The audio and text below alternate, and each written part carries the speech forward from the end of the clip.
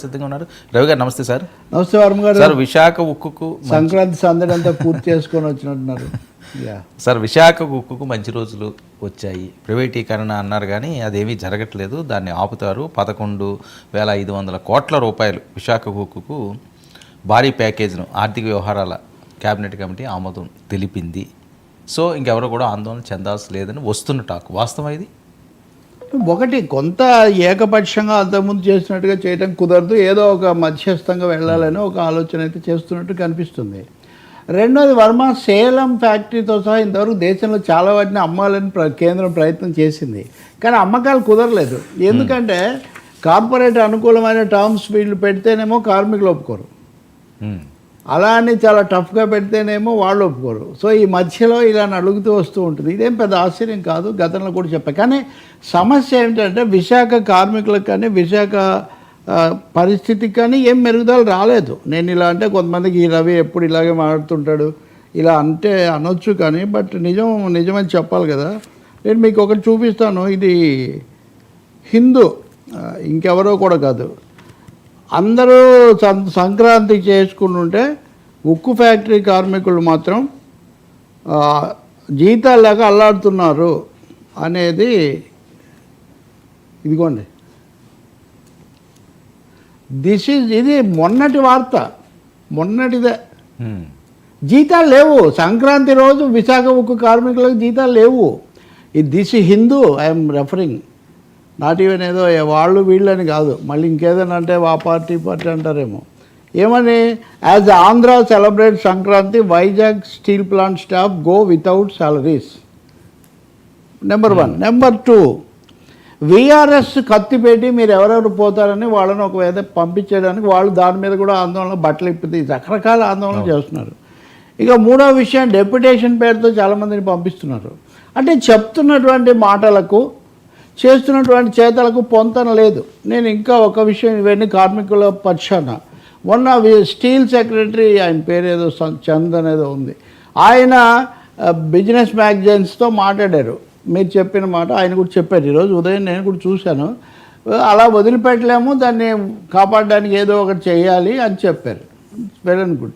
కానీ దాంతోపాటు ఆయన ఇంకోటి చెప్పారు, మొత్తం భారం ప్రభుత్వమే మొయ్యలేదు, మేము దీని గురించి ఎవరో ఒక వేరే ప్రైవేట్ పార్టీలను కూడా తేవాల్సినటువంటి అవసరం రావచ్చు అనే ఒక హింట్ ఇచ్చాడు.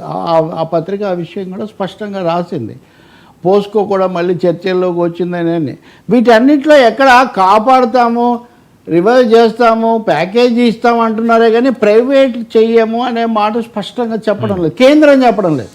ఓకే, ఏ పవన్ కళ్యాణ్ మాకు మాట ఇచ్చారని ఉప ముఖ్యమంత్రి గారు చెప్పొచ్చు, లేదా చంద్రబాబు మొన్న మోదీ వచ్చినప్పుడు ముఖ్యంగా వీళ్ళిద్దరూ ఈ విషయం ప్రస్తావించకపోవడం కార్మికుల్లో తీవ్రమైన నిరసనకు దారితీసింది. నేను మీకు రాజకీయమైన మూడో పాయింట్ చెప్తున్నా. తీవ్రమైన నిరసనకు దారితీస్తే అడగరా కనీసము అని. అంటే అంతకుముందు జగన్ అడగలేదని మీరన్నా అడగాలి కదా, ఆయన మొక్కుబడిగా అడిగారు, మీరు అదే అడగలేదే. ఇట్లాంటివి వచ్చాయి. ఇప్పుడు అమిత్ షా వస్తున్నాడు ఆంధ్రప్రదేశ్కు. సో మళ్ళీ అమిత్ షా వచ్చినప్పుడు ఈ ప్రతికూల వాతావరణం ఉండకూడదు, కొంచెం చల్లబరచాలి అనే ఒక వాస్తవము లేదా ఒక అంచనాతోనే కేంద్రం ఈ లీకులు ఇస్తున్నట్టుగా ఉంది, లేకపోతే ఈ ప్రకటన చేస్తున్నట్టుగా ఉంది. కానీ అంటిల్ అండ్ అన్లెస్ విశాఖ ఉక్కు ప్రైవేట్ చేతుల్లోకి పోదు, విశాఖ ఉక్కుకు సంబంధించిన ఏ భాగం కూడా, ఇప్పుడు నేను చెప్తుంది ఏంటంటే మైక్ లేకుండా ఇదంతా స్టూడియో మీదే అంటే నాకేం ఉపయోగం లేదు, మాట్లాడాలి మైక్లోను కెమెరాలోను. అలాగే ఈ మేజర్ ఇవి ఉన్నాయి కదా, బ్లాస్ట్ ఫర్నేస్లు లేకపోతే అవి బట్టీలు, ఆ ఫర్నేస్లు ప్రైవేట్కి ఇస్తాననే ప్రతిపాదన చేస్తే అప్పుడు ఏం ఉపయోగం ఉండదు. ఇంకా మూడోది, ఈ విఆర్ఎస్ వెనక్కు తీసుకుంటారా, జీతాలు ఎందుకు ఇవ్వలేదు వర్మ? మీరు ఒక్క మాట చెప్పండి. ప్రధానమంత్రి విశాఖపట్నం వచ్చిన తర్వాత కూడా, వెళ్ళిన తర్వాత కూడా సంక్రాంతికి కూడా వాళ్ళకి జీతాలు ఇవ్వని పరిస్థితి. వీళ్ళ సంగతి ఇంతే. ఇంకా కాంట్రాక్ట్ కార్మికులు రకరకాల పద్ధతుల్లో తీసుకున్న వాళ్ళు అసలు ఏమీ లేదు, వాళ్ళకి నెలల తరబడి 3 నెలలు 4 నెలలు ఉన్న వాళ్ళు కూడా ఉన్నారు. అందుకనే ఐ వెల్కమ్, ఎంత చిన్న చర్య విశాఖ ఉక్కుకు అనుకూలంగా తీసుకున్నా స్వాగతించవచ్చు. కానీ జరుగుతున్న తతంగం మటుకు వేరే ఉంది. స్టేజ్ 2, ఇది స్టేజ్ 1 మటుకే. రెండో రంగస్థలంలో మటుకు ప్రైవేట్ పార్టీలు వాళ్ళతో మంత్రాలు అవన్నీ కొనసాగుతున్నాయి. తాజాగా కూడా పార్లమెంట్లో ప్రభుత్వం మా విధానం డిజిన్వెస్ట్మెంట్ ఈజ్ అఫీషియల్ పాలసీ, పెట్టుబడుల ఉపసంహరణ, అందువల్ల తొందరపడి ఒక కోయిల ముందే కూర్చుందని దీని మీద సెలబ్రేషన్స్ చేసుకోవాల్సినంత పరిస్థితి అయితే ఉండదు. ఇది చాలదు కూడా. ఇది ప్రభుత్వము చెప్పే ప్రకారం కూడా కనీసం 30,000 కోట్లు. అసలు దాన్ని రక్షించడం ఏంటండి? ముందు దాన్ని ఇబ్బందుల్లో పెట్టింది ఎవరు? ఆర్డర్లు ఇవ్వకుండా ఆర్చల్ మెటల్కి ఇమ్మని అడుగుతారా మీరు? క్యాప్టివ్ మైన్స్, విశాఖ బుక్, ఇంతకంటే ఘోరం ఏదైనా ఉంటుందా? బోత్ చంద్రబాబు నాయుడు, పవన్ కళ్యాణ్ ఇద్దరు దీనికి ఇప్పుడేమీ ఆ క్యాప్టివ్ మైన్స్ ఏమి ఇవ్వట్లేదు కదా. కాబట్టి ఇది ఒక పరిమితమైన, ఏదో కాస్త పరిమితమైన సహాయం జరగవచ్చు, లేదా కంటి తుడుపుగా కూడా ఇది ముగియవచ్చు. ఈ డబ్బులు కూడా ఒకేసారి విడుదల చేస్తారా? ఎవరికి ఇస్తారు? ఈ డబ్బులు కార్మికులకు ఇస్తారా, లేకపోతే దాన్ని మళ్ళీ ఉత్పత్తి పెంచడానికి ఉపయోగిస్తారా? ఇవన్నీ అప్పులు తీర్చడానికే ఇచ్చారనుకోండి, ఓకే, కంపెనీకి వచ్చే మెయిల్ లేదు. సో చాలా చిక్కులు ఉన్నాయి దీంట్లో.